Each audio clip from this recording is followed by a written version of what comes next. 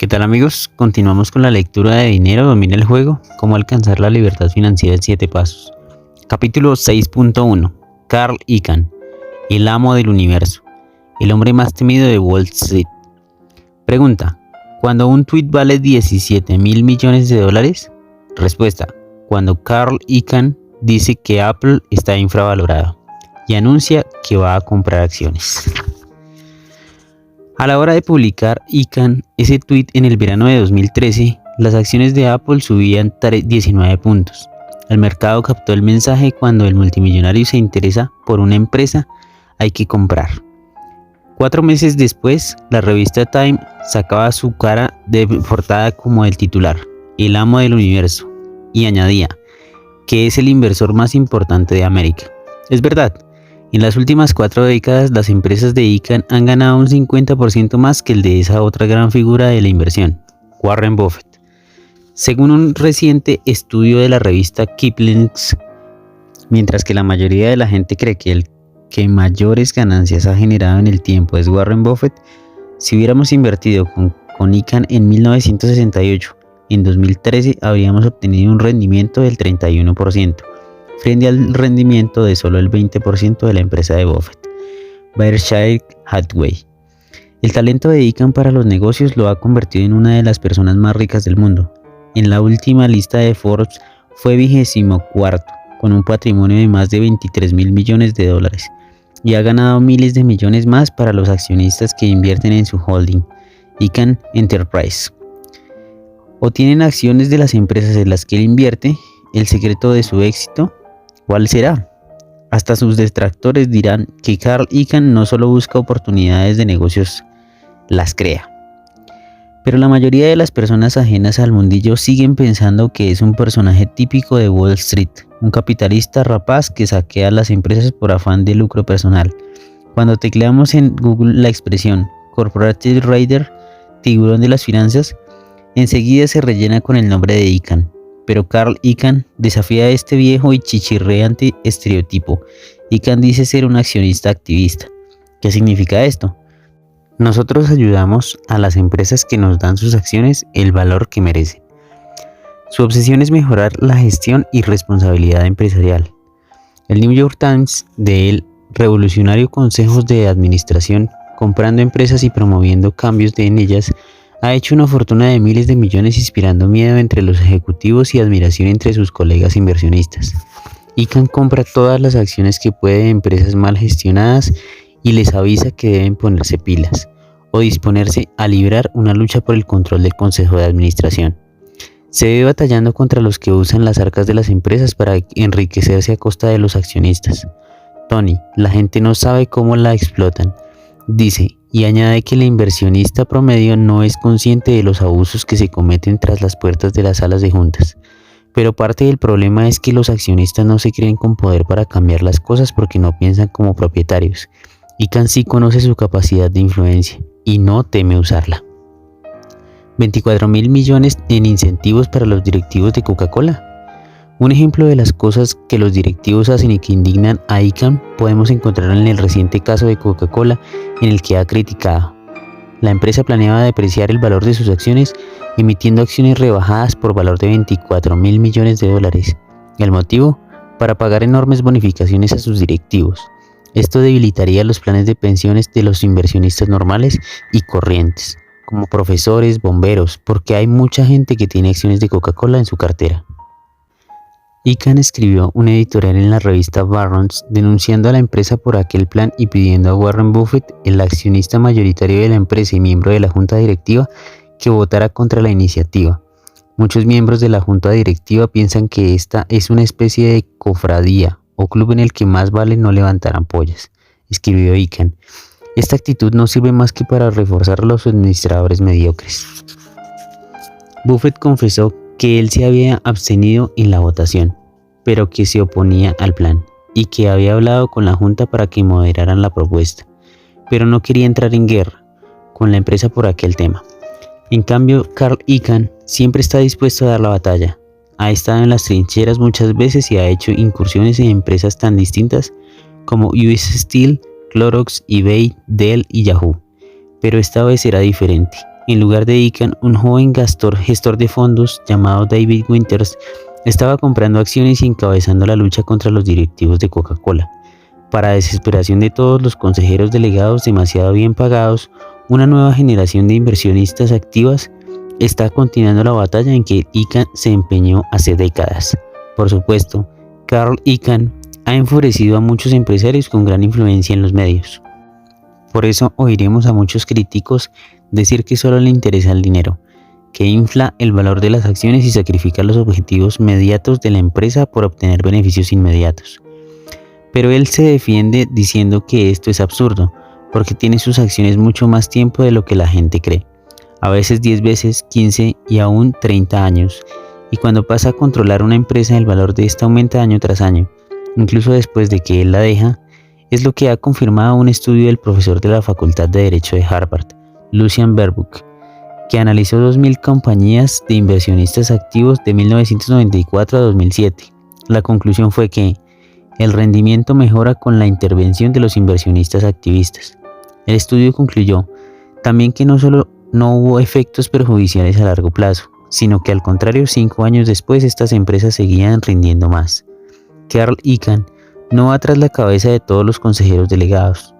Muchas veces ha reconocido que hay muy buenos directivos y ejecutivos que maximizan los recursos de las empresas y contribuyen a reforzar la economía, pero quiere siempre que la administración de las empresas, incluso de las más populares y mejor gestionadas, sea más responsable ante los accionistas.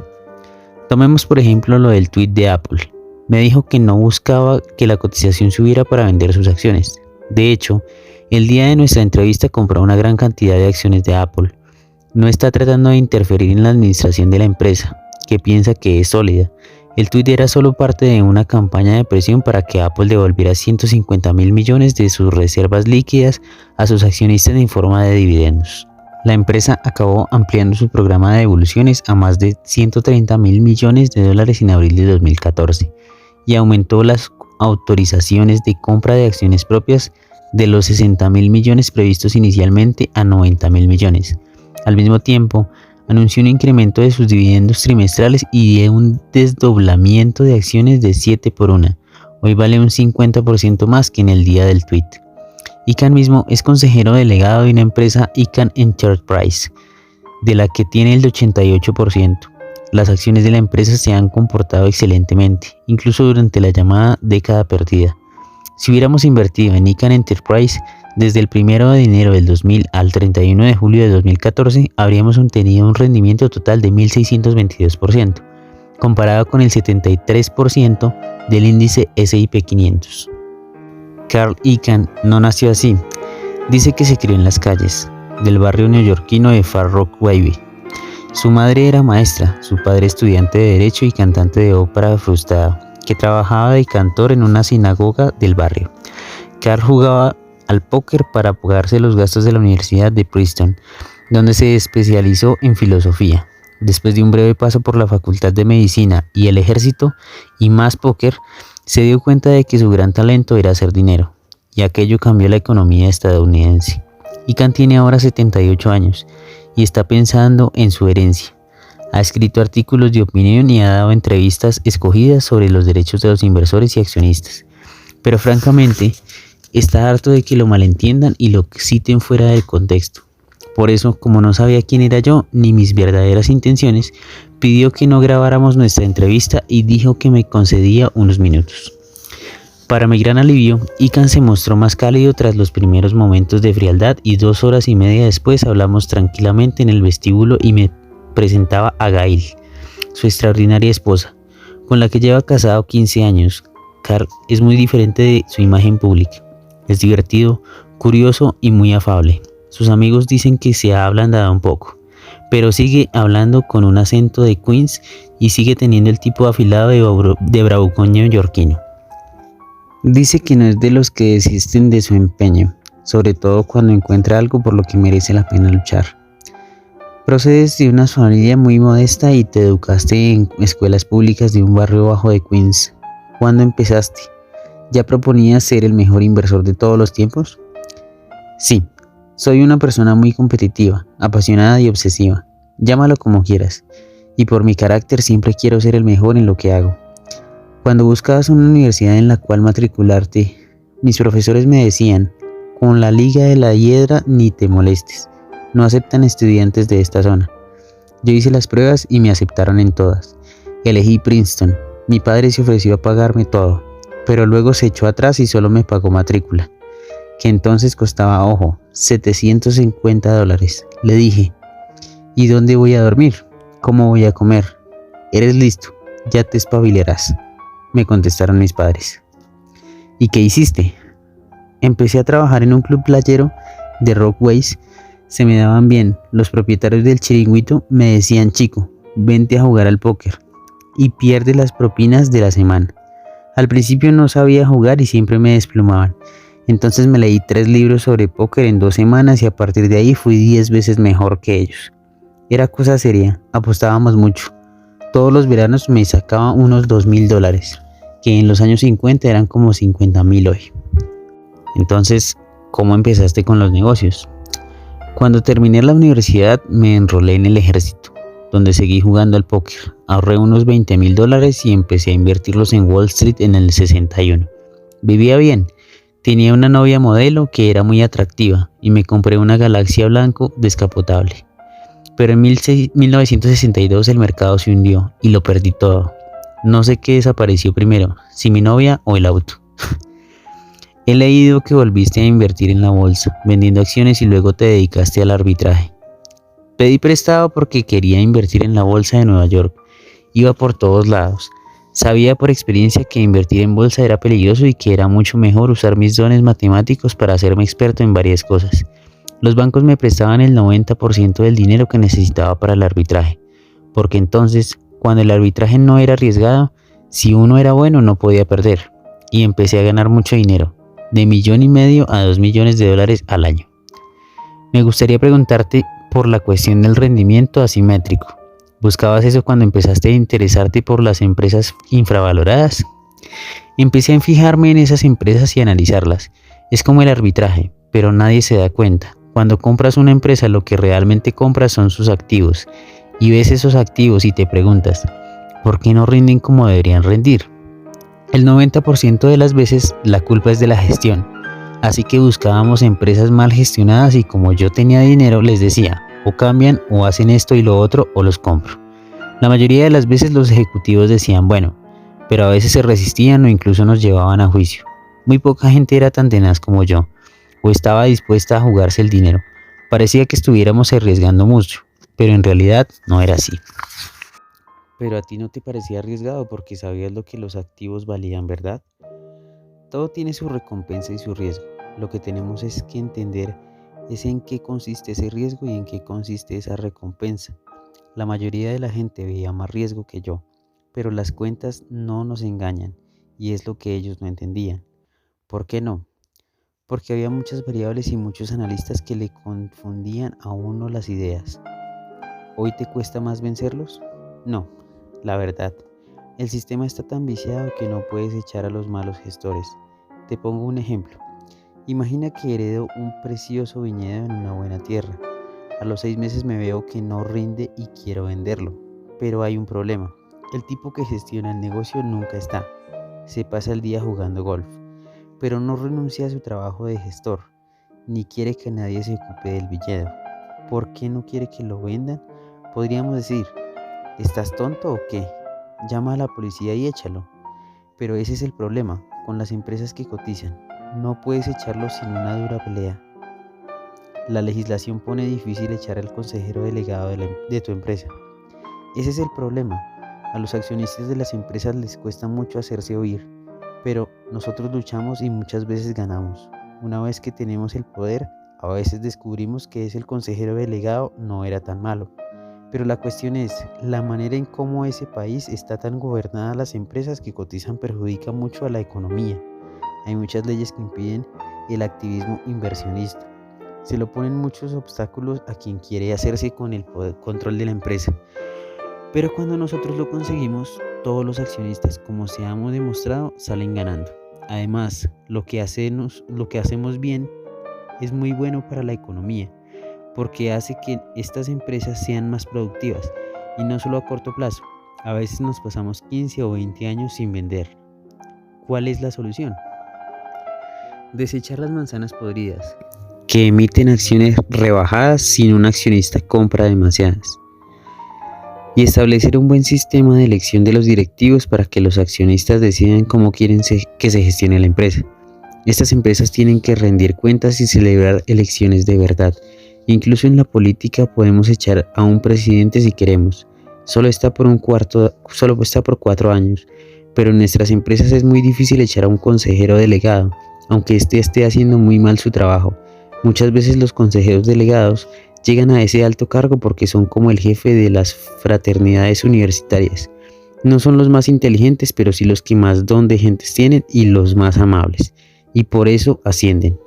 A veces no es preciso hacerse con el control de la empresa para cambiar su rumbo. Ustedes han comprado hace poco acciones de Netflix, casi el 10%, y han ganado $2.000 millones en 2 años.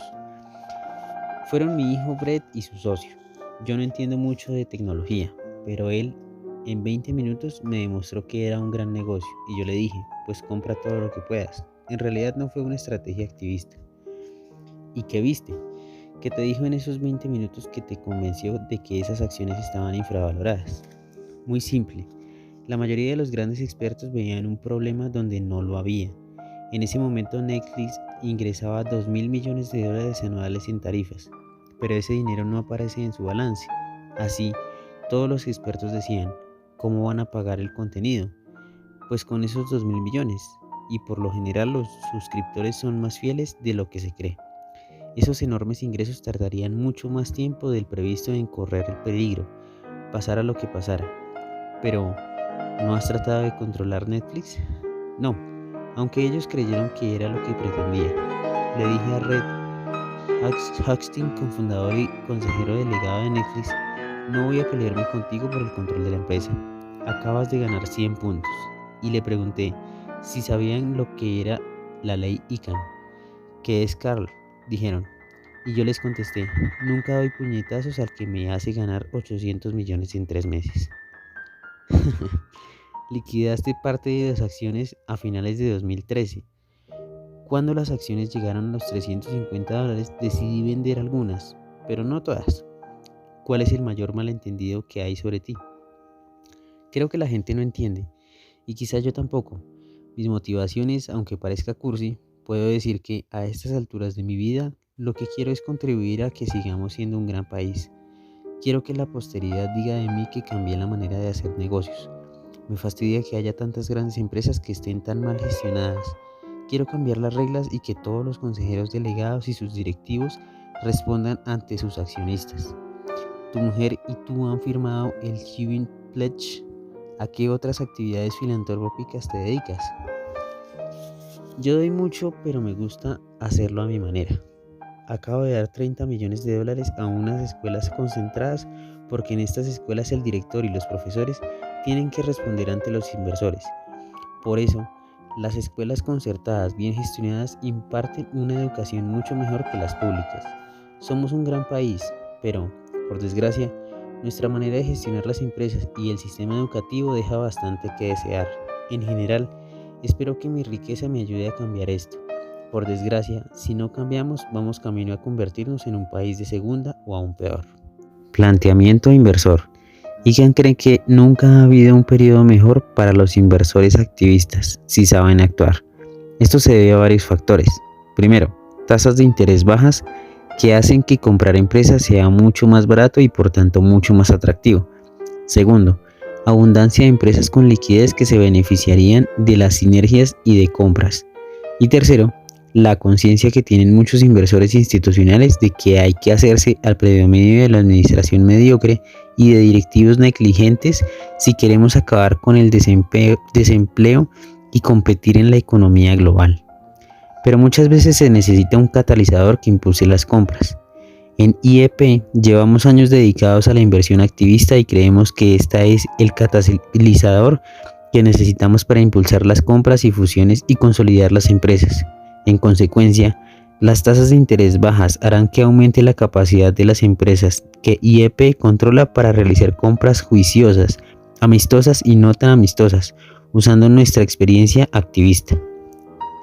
Un pasado de rendimientos excelentes. Rendimiento total de las acciones IEP de 1.622%. Primero, desde el 1 de enero del 2000. El rendimiento de los índices S&P 500, Dow Jones Industrial y Russell 2000 ha sido del 73, 104 y 168 respectivamente en el mismo periodo. Rendimiento de Icahn Investment Funds desde su lanzamiento en noviembre de 2004. Rendimiento total aproximado 293% y rendimiento compuesto anual medido aproximadamente el 15%. Rendimiento del 33%, 15.2%, 34.5%, 20.2% respectivamente, y lo que llevamos del 2014. Resultados financieros recientes. Ganancias netas atribuibles a Icahn Enterprise, $612 millones en los primeros 6 meses, hasta el 30 de junio de 2014. Valor neto indicativo de unos $10.200 millones hasta el 30 de junio de 2014. EBITDA atribuible a Icahn Enterprise en los últimos 12 meses hasta el 30 de julio de 2014 de unos $2.200 millones. $6.000 de dividendos anuales, 5.8 de intereses al 31 de julio de 2014. Muy bien amigos, hemos llegado al final de este capítulo. Les agradezco mucho por estar en este su canal Manual del Millonario. Recuerden suscribirse a nuestro canal y activar las notificaciones, apoyarnos con un like y compartir con todos sus amigos. Por último, y como siempre les digo, es mi deseo hacer que este canal impacte positivamente tu vida y la vida de más personas. Muchas gracias. Nos vemos mañana con el siguiente capítulo.